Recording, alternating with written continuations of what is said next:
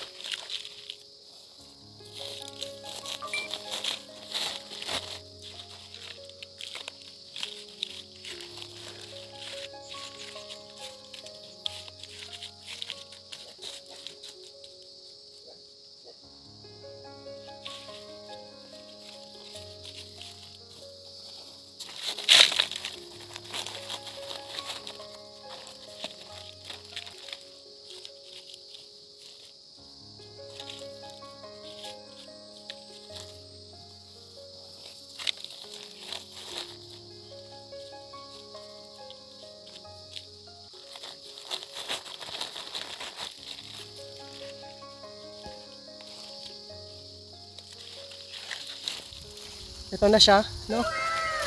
So, tas lalagay natin yung mga seeds. Nasa lagpas 60 ito. Ito nalagyan natin ng lupa.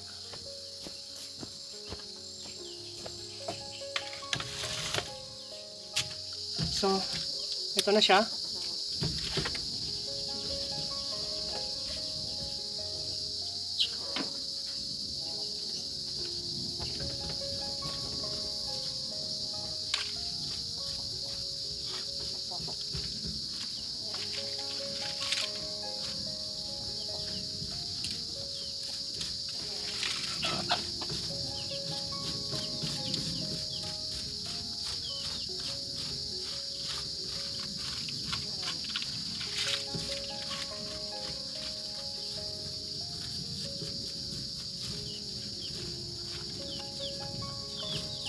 Ayan.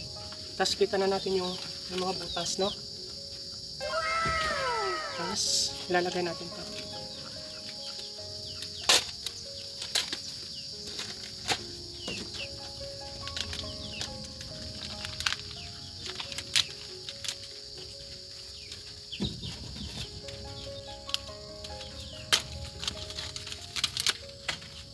Suprema F1.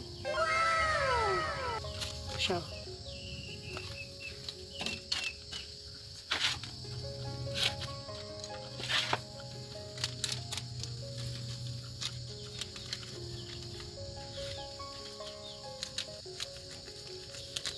$30 pieces, no?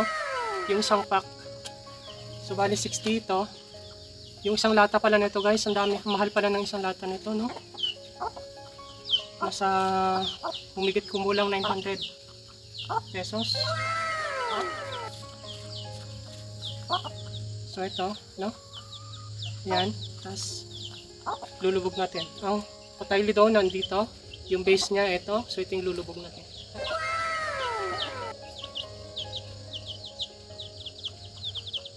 Naka-outlaw lang muna ng konti, tapos tsaka natin tatakpan ng lupa.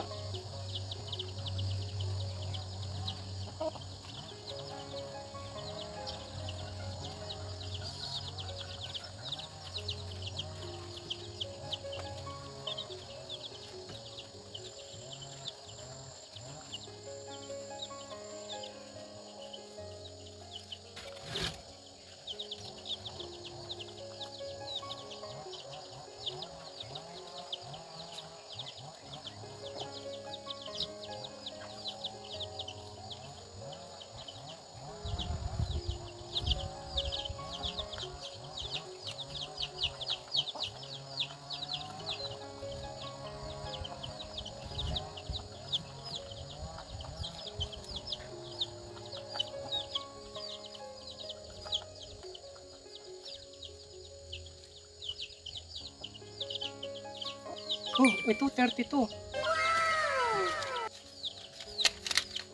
May sobra. Yung wala pang pa.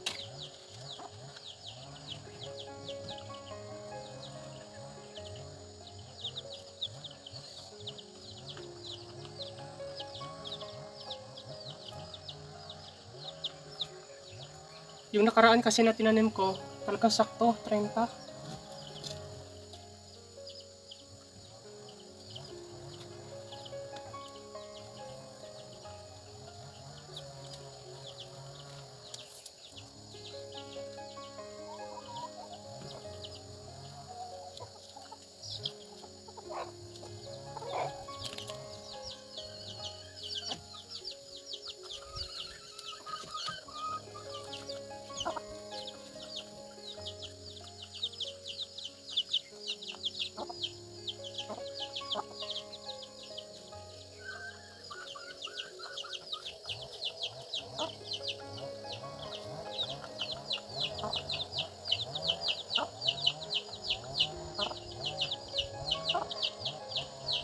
Ito din, 32 din.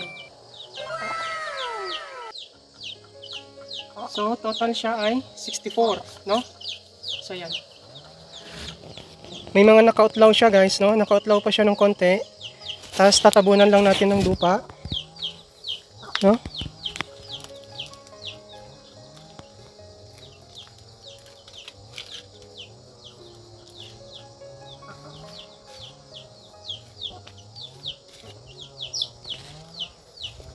Tapos tsaka natin didiligan ng konti lang, konting-konting basa lang.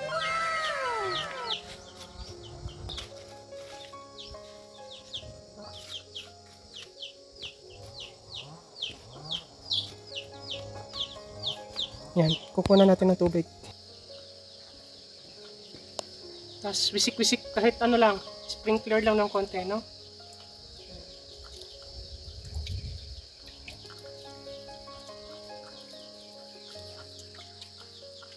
Para magkaroon na siya ng konting halumigmig. At kapag nabasa yan, bubuka na agad yan, no?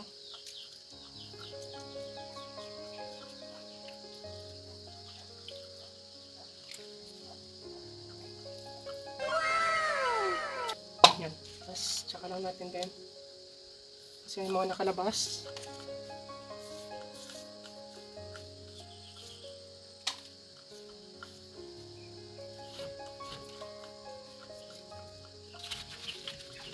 Ayan na, no? Tapos, ihahang lang natin to, guys. Meron ako nakitang lagayan dito sa may kubo ni tatay. Kasi baka anuhin lang ng mga manok. So, dito natin nilalagay, no?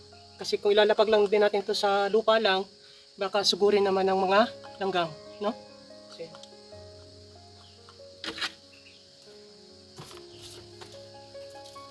ngayon, dito natin nilagay. Ayan, no? Nakahang siya, no? So, ayan.